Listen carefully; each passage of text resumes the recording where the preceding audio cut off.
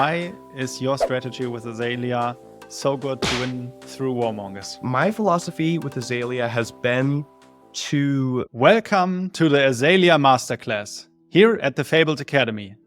Today, we are taking a look at the unstoppable Azalea deck with Brodie Spurlock. He won the recent 20k Realm Rumble with this Azalea strategy. Brodie, welcome to the Academy. Hey Alex, thanks for having me on. I am excited to chat all things Azalea. Dude, you have been such a master on Azalea. It's not the first time actually that you won a major tournament with her, right? Yeah, back in March this year, right when Outsiders was releasing, there was the big 5k brawl in Chicago, hosted by MinMax Games and The Realm, and I took that one down with Azalea to start off the year. Not only have you been one of the first to discover the real strengths of Azalea with all the new cards from Outsiders, but now, after the meta has completely changed after Worlds, found a way to bring her up again and take her to the top. Yeah, it was really cool to kind of come full circle at the end of the year like this, and after starting off with Azalea and then spending most of the year playing Lexi and a bit of Oldhim and other heroes in there, kind of coming back and closing out that same realm circuit with Azalea at the 20k. That was a really cool feeling, and it was nice that I got to do it on the same hero. So let's talk a little bit in more detail about why did you actually choose to pick Azalea for the new meta at the Realm Rumble? There were a couple things going through my mind. When I was choosing Azalea, I felt like there were quite a few decks that were reasonable choices for the event. Azalea was one. I was also working on Dash.io a lot at the time and have been recently. That's what I played at Worlds. It was near the top of my list as well. And then plenty of other decks like Dromai, Phi, Bravo, that I thought would all be reasonable options. And ultimately, I think I didn't feel great about the spot that my Dash.io list was in. I just wanted to do more work on it. I didn't feel confident in my 80 yet. And so I just didn't feel like that deck was ready to bring.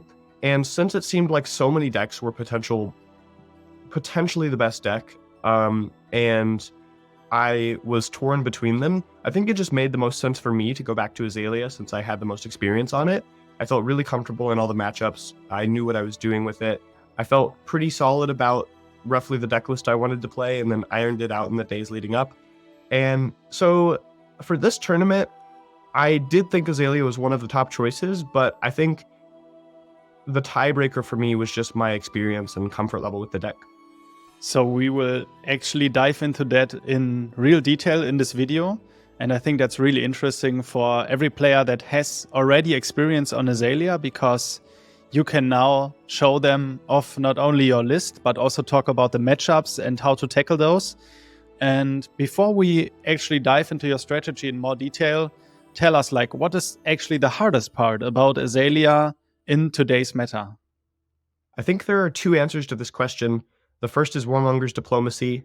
That card is very good against Azalea, and if you have a pump in your arsenal, it can cause you to straight up pass your turn with a 5-card hand. Maybe you'll take a couple game actions to filter, like opt, play a pump, play another pump, set up for a better next turn, but you don't actually send any damage at your opponent sometimes. So that card can be really backbreaking, and several decks play it against you. And then the other answer is just the Bravo matchup. It is not unwinnable by any means. I beat one Bravo in the 20k, and I think that there are ways to improve your deck and your plan to be better into that matchup, but I do think it's the hardest one for Azalea, and it's not something that you're hoping to run into. So we will talk about the matchups in more detail in a few seconds, but before we come to the matchups you faced at the Realm Rumble, tell us what is actually the strengths of your Azalea strategy and the core of the deck. One of the biggest appeals to playing Azalea is her weapon Death Dealer. It's just one of the stronger weapons in the game, being able to pay one resource to draw a card. So basically turning one resource into 3 points in a vacuum, and it also has Go Again. That is above the rate that most weapons get you. And in Azalea, most of the time you actually get that full value, because assuming you have been able to block to smooth out your hand the way you want it, a card off the top is either going to be just a +3 pump that immediately converts to 3 damage, or an arsenal. A lot of times in Azalea, you'll only spend 2 resources per turn, 1 to load Death Dealer and 1 to fire your arrow. Sometimes you go -1 in that way because the maximum you can pitch a card for is 3 and you only use 2 resources. So sometimes, because of that, Death Dealer is only functionally getting you 2 points, but that's often made up for by the card you draw having some extra bonus, which leads me into the next reason to play Azalea, which is she just has some of the best cards in the game. Outsiders helped a lot with that.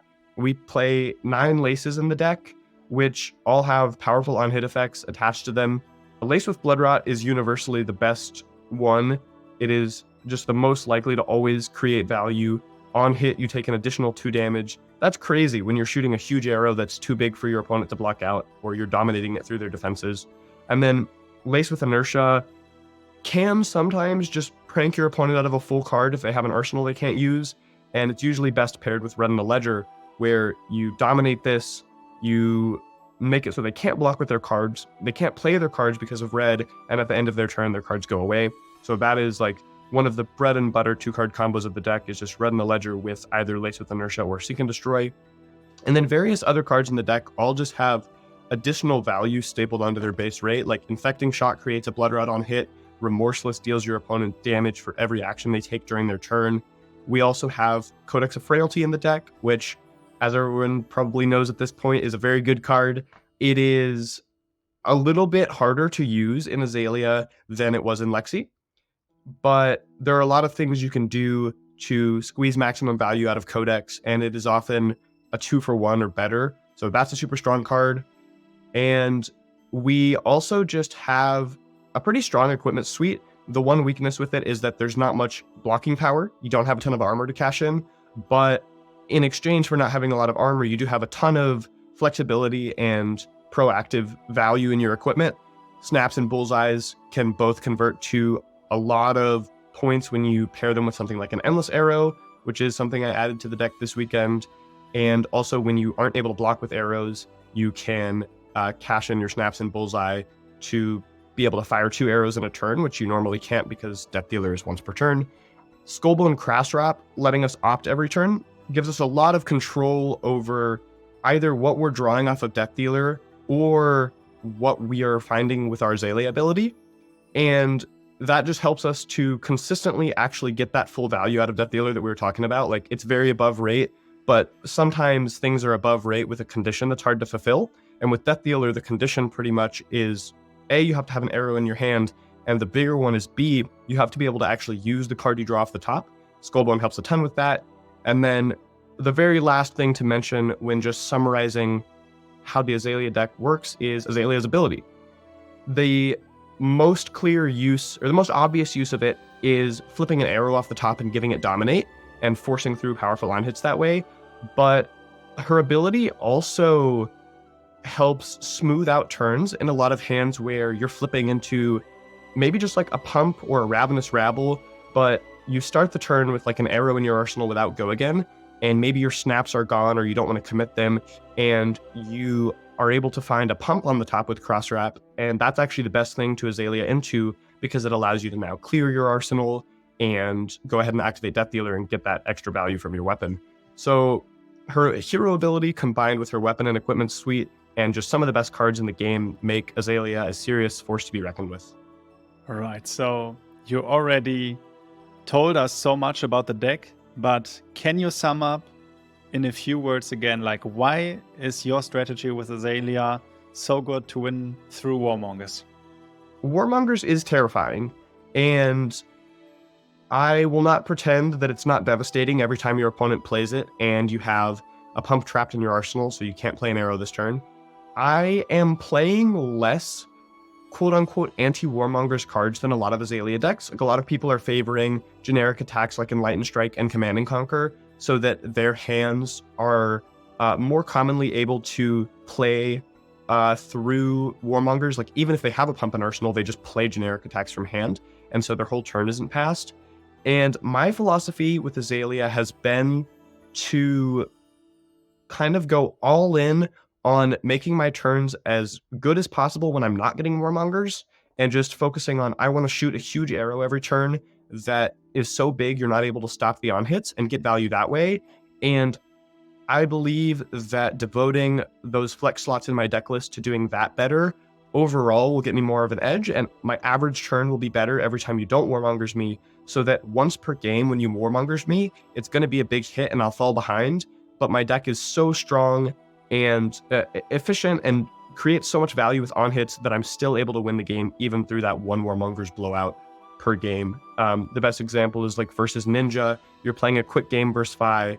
On average, they're going to find at most one Warmongers in the game, and then maybe they're going to like trade that Warmongers up where they spend one card and it traps 3 cards in your hand and you get wrecked on that turn cycle, but you have a deck that is,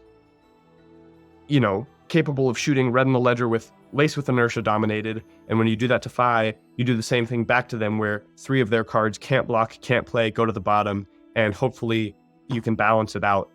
So I think that Warmongers is still very good against the deck, but basically you win through it by just having such a powerful deck and so many strong cards that you're kind of outpacing your opponent by so much that Warmongers just catches them up, and now you're like back to a really tight game.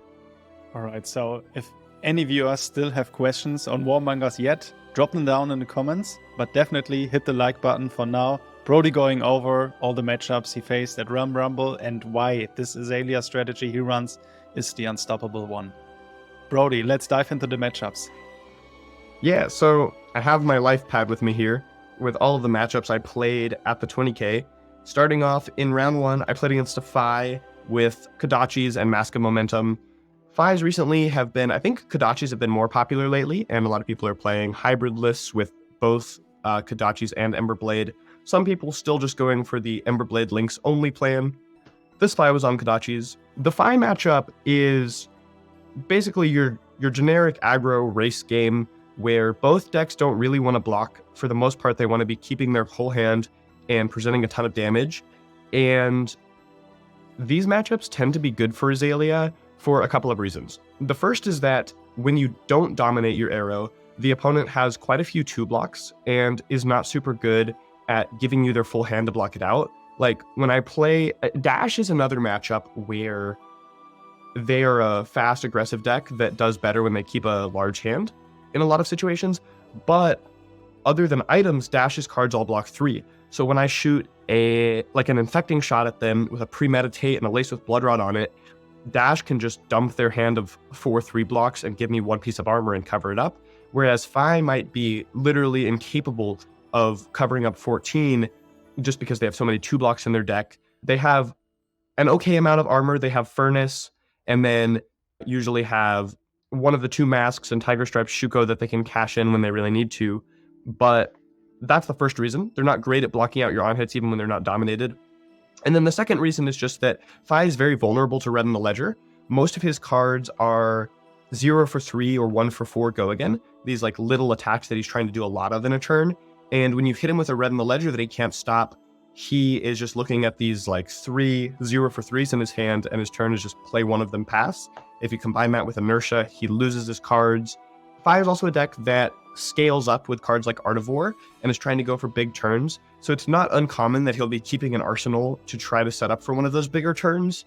And it's a tricky balance because from the Fi side, that does make sense in a lot of situations to try to keep an arsenal, but you're running the risk of the Azalea trapping just 1 more card with red in the ledger.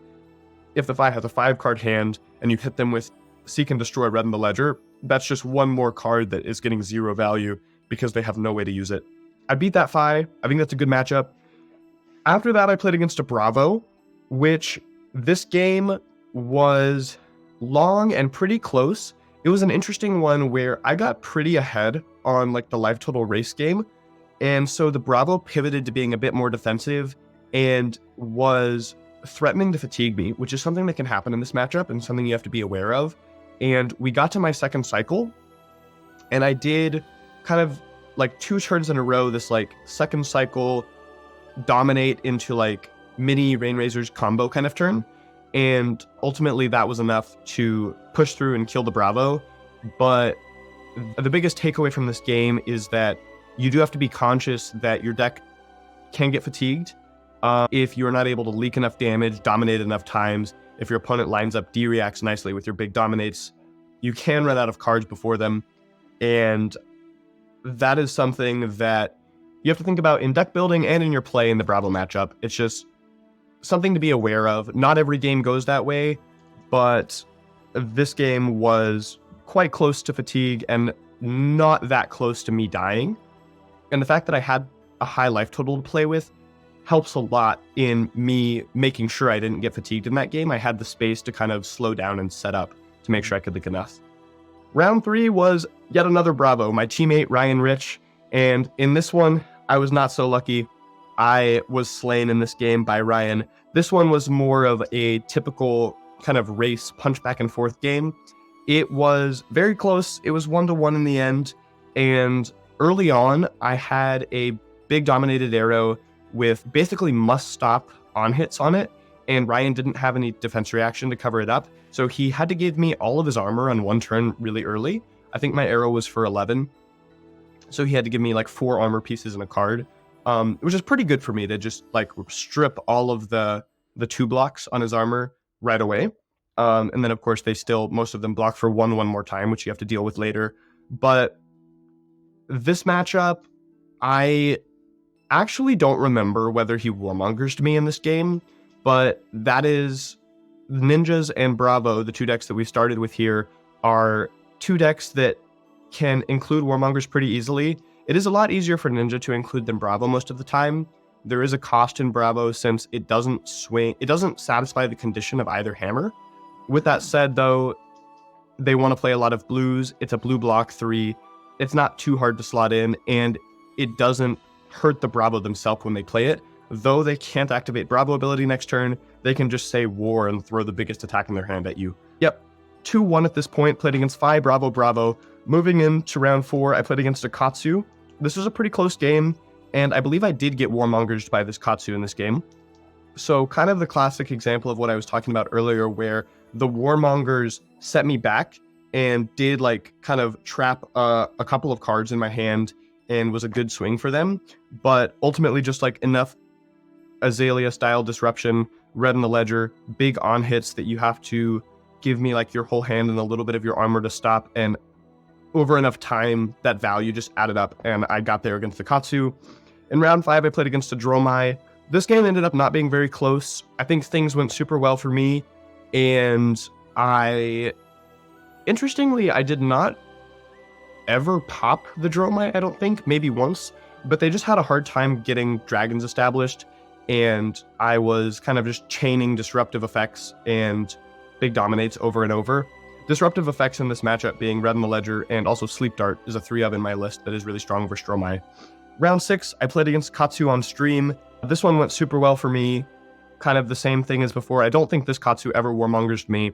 I just sent huge attacks. There was a lot of blocking from the Ninja side, and it was just too much for them to handle, just over and over. Value from Death Dealer, huge arrows.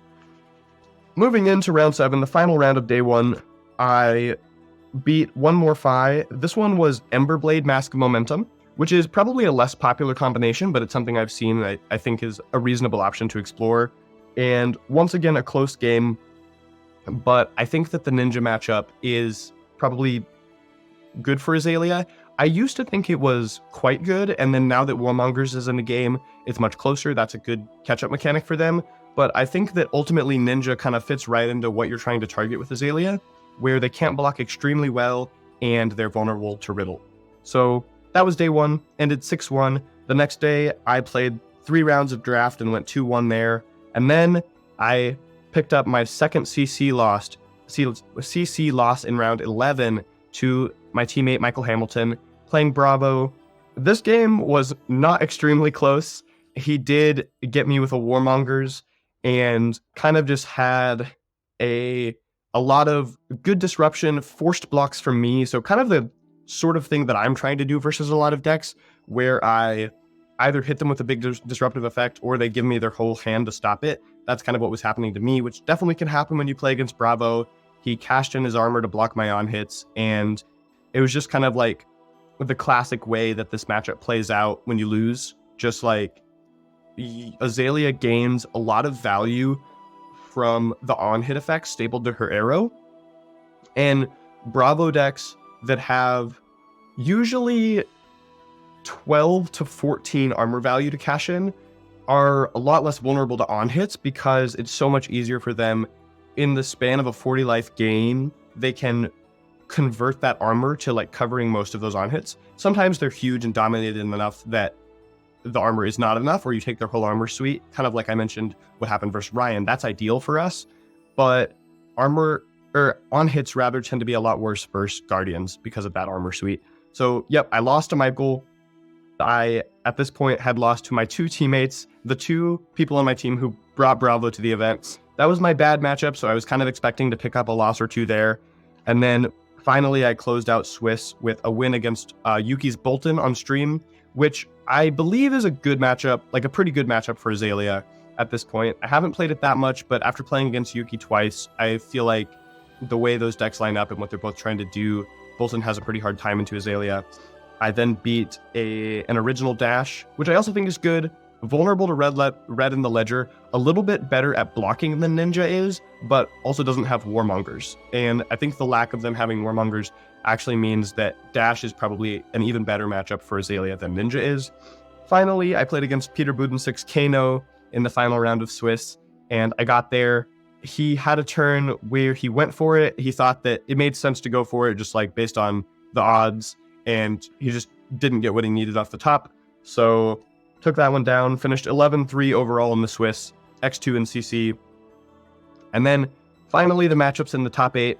I played against Yuki's Bolton again, and this game was not as close as the one in Swiss. I kind of ran away with it with a lot of fortunate draws and huge arrows that were just too much for her. Then I played a very close game in the semifinals versus Mansans Levaya. This was a matchup that I did not have hardly any experience with going into the weekend, and I did a lot of preparation for the night before because we had each other's deck lists in advance, and we knew the top 8 bracket, and I knew that I could potentially face Ethan in the semifinals. I jammed some games into Levaya and kind of got a better grasp of the matchup than I had, and it was interesting the way that game concluded. Ethan had a spot where he transformed into Blasmafet, and his life total was like just kind of where it needed to be able to transform. But then I got to keep a 5-card hand, and I pushed so much damage that he never got to play a card with the Blasmafet effect. He just kind of immediately died because his armor was gone, and 13 is low enough that with the right hand from Azalea, you can just fall too far behind and never get to keep cards again, and that's what happened. So I would be curious to play that matchup more and see how those endgames play out, where transforming into the demi-hero is really powerful, but Azalea is pretty good at presenting huge damage that sometimes you can't interact with well, or just dominating it through to end the game quickly before you can grind value out of that demi-hero power. Ultimately, I won that game, moved on finally to the finals against another original Dash, another kind of typical hybrid boost list against Raj Parikh in the finals. And this game went really well for me. It was a lot of either, I don't think there was actually that much dominating. I think it was just a lot of like big arrows where Raj gave me his full hand, and then often it was like his full hand plus some armor, and I was still getting to set up an arsenal and just do it again next turn. And it ended up just being too much. I kind of just kept pushing through, either taking his armor or pushing through a little bit of damage with on hits. And like I mentioned, I do think that Dash 1 is like a favorable matchup for our deck. And yeah, that was the finals, and I took down the 20k. So there are still some heroes left that you didn't face at the Realm Rumble. Let's talk about those matchups too. And let's start with Dash.io. Dash.io is a deck that is very fast and does have a reasonably good armor suite. So I think that if the Dash.io player can find, it just like has enough windows to have huge push turns when you're not disrupting them, you can fall behind in this matchup. But with that said, I think it's good for us because they are quite vulnerable to red in the ledger.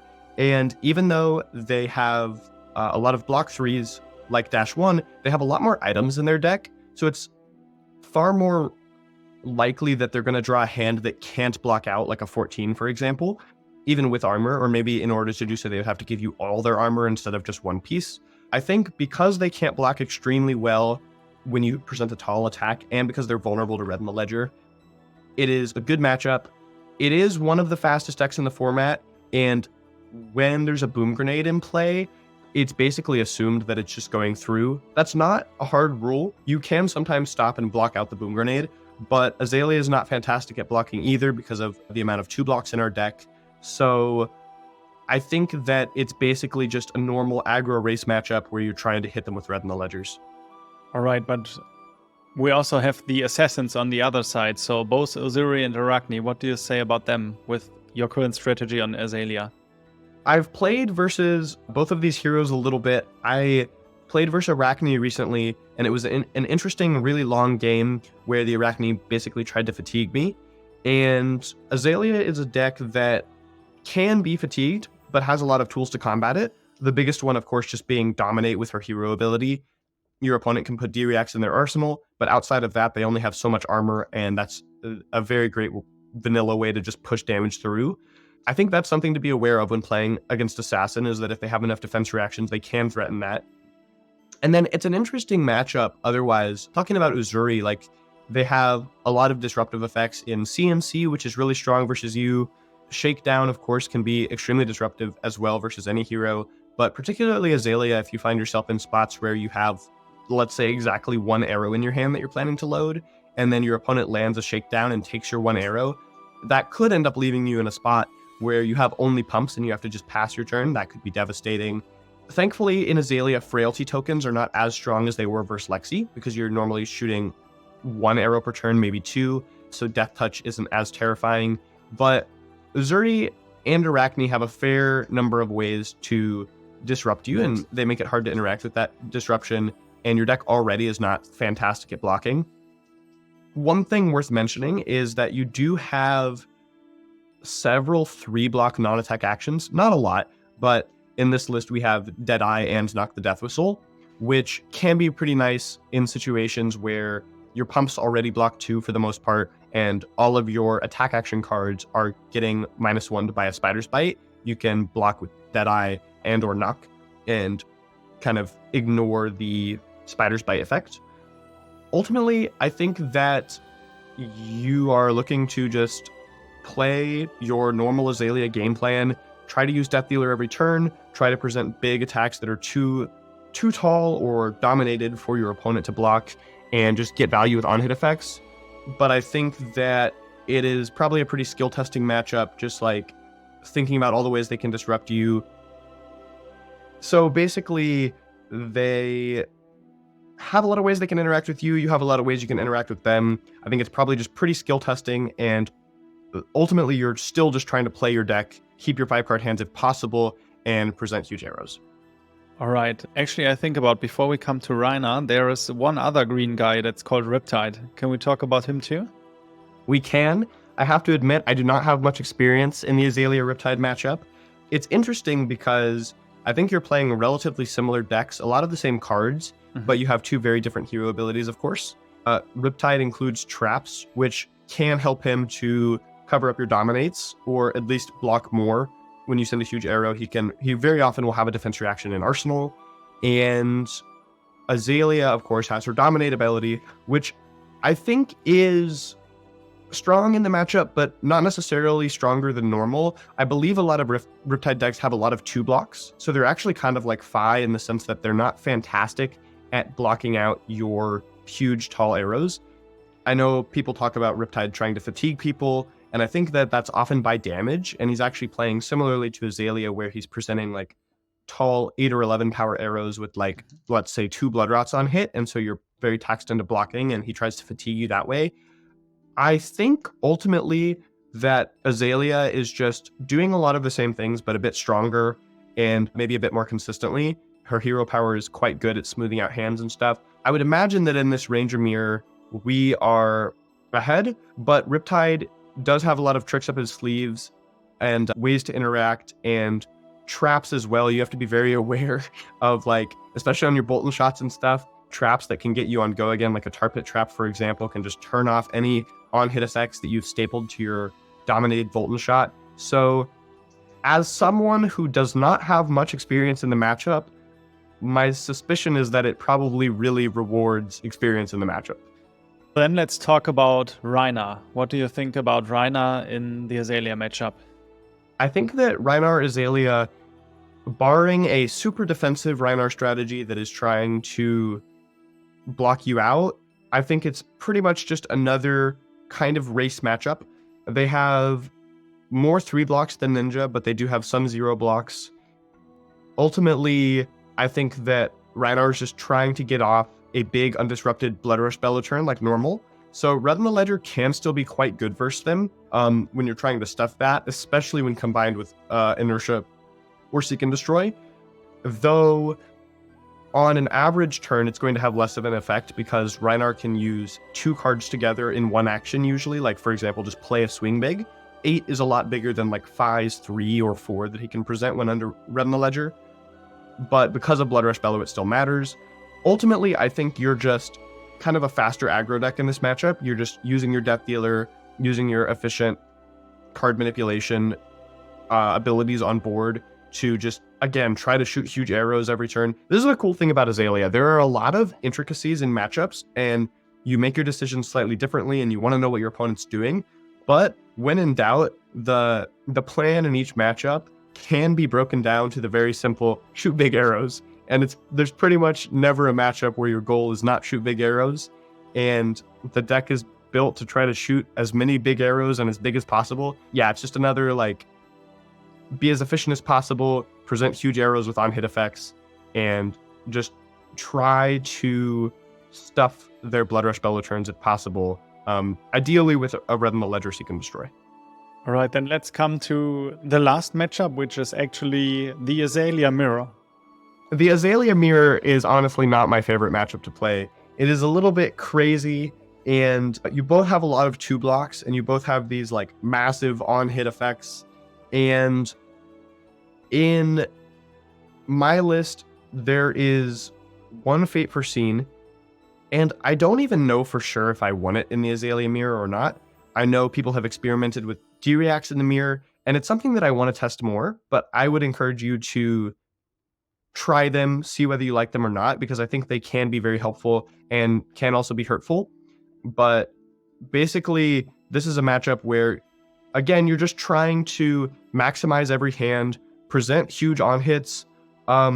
Making them extremely huge is kind of not as much a priority versus Azalea, because interestingly, like, she has so many 2 blocks and so little armor that she's quite bad at blocking like her own attacks. Basically, if you shoot an arrow at an Azalea for 11, for them to block it out, they need to have like 3 arrows and a pump for 3 blocks and a 2 block. Or if they have anything less than that, they have to give you their tunic or their cross wrap to stop it. Some Azaleas might play Perch Grapplers in the Mirror, which they can cash in once, but you still want to be shooting as big an arrow as possible. But basically, there are some situations where against other decks, you'll choose to not Arsenal to push an arrow from, say, 11 to 14, or even like 14 to 17, because they're going to be able to block 14, but they definitely can't block 17. And it's worth noting that in the Azalea Mirror, depending on the board state and, you know, if your Azalea opponent has armor, basically, it is often okay to not do that and just Arsenal your pump because you feel confident that an arrow will get through even if it wouldn't in another matchup. Ultimately, yeah, it's kind of just a degenerate race. You're just trying to do bigger and better things before them, and Red on the Ledger is very, very good. All right, so now that we have covered all the matchups to run into with your unstoppable deck list, do you at the end have a bonus tip here for playing Azalea to give away for all the viewers who are still hungry for Azalea tips? My bonus tip for Azalea is that activating your hero ability blind is okay. And that you should not always do it, but I actually do it on a fairly high % of my turns, especially when I'm not able to block as much as I want to. Like if my opponent blocked out fully and then passed back to me and my hand is a little bit clunky, it's very often that let's say you start your turn with an arrow in your arsenal, and you have in your hand like 2 pumps, a resource card, and another arrow that you'd like to Death Dealer. And you look at the top card of your deck, and it's like a blue Infecting Shot. You don't really want to dominate into blue Infecting Shot, so you can put that on the bottom. And then in this situation, let's say you don't have your Snapdragon Scalers, so there's no way you can shoot both arrows. It is reasonable to go ahead and put that blue infecting shot on the bottom, activate Azalea, and if you hit any red arrow, it being dominated is probably going to be good enough to make it better than the arrow you were about to shoot. Ideally, it has an equally good or better on hit attached to it as well. And if you hit a pump, now your turn got a lot better because you can play that pump out, your arsenal is clear, and you can load in the arrow from your hand, draw a card with Death Dealer, play your 2 pumps you had, or maybe one you drew, and fire off your arrow. So now you're going from an 11 power arrow to a 14 power arrow, and you're still getting to arsenal. So in this situation, basically like a large percentage of your deck are pumps, which are definitely going to make your turn better because you now get to shoot for 3 more points and maybe an added on hit as well. A large percent of your deck are just good red arrows where if you hit them, likely your turn gets a little bit better, or at least it doesn't get worse. And that's fine. And now you just shoot a dominated arrow and arsenal another arrow. And there are a couple cards in your deck that are very bad to hit.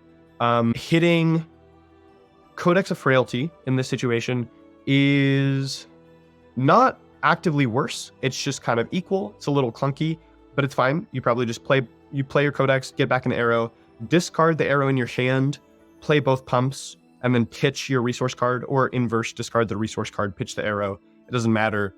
Shoot for 11, and now you have a Ponder, so you're still arsenaling. So Codex is break even. If you get knocked the Death Whistle, at first glance, it seems like it's a bad hit because it does nothing in this situation because you've already activated Azalea, but it's actually the same because you just play knock. You go fetch probably Red Bolt and Shot because I think that's the best arsenal in the deck. And then now you play your pumps from hand, you load your arrow from hand with Death Dealer, you draw Red Bolt and Shot, and suddenly you're still shooting for 11. And the fact that you hit knock and that is bad canceled out with the fact that you now get to use Death Dealer. So you're actually still shooting for 11 and arsenaling. So the only hits that are actually actively worse are blue arrows. If you hit like a blue Spire Snipering or blue Infecting in this spot, it is not ideal. That's bad. And your Azalea didn't pay off. But like actually like a vast majority of your deck is break even or better in that particular situation. So basically just be looking for spots where it might make sense to blind Azalea, especially if your turn is a little clunky or you just have a chance to make it a bit better and the chance of failure is low. I do this a lot where like I have no reason that I have to do this. My turn's okay. And there are hits in my deck where it's going to be worse, but it's just a high percentage play to improve my turn. The only thing to mention about this is there's one Fate Foreseen in the deck list. I don't play it in many matchups, but if the Fate Foreseen is in, and you haven't seen it yet, you haven't blocked with it or put it to the bottom or something, this is a lot more dangerous because the fail case goes from, now I'm shooting 9 with no arrow on hit instead of like infecting shot for 11. The fail case goes to, I'm doing 0 and I'm passing my turn with a face-up arsenal, which is real bad. So if you have D-reacts in, it makes it a lot scarier. So just be conscious of that. But yeah, activate Azalea more. All right, if any of the viewers still have questions about Brodie's Unstoppable Azalea, drop them in the comments down below. Definitely hit the like button for all the fire that Brodie was spitting at us. And Brodie, thank you so much for taking the time today and showing us your Unstoppable Azalea.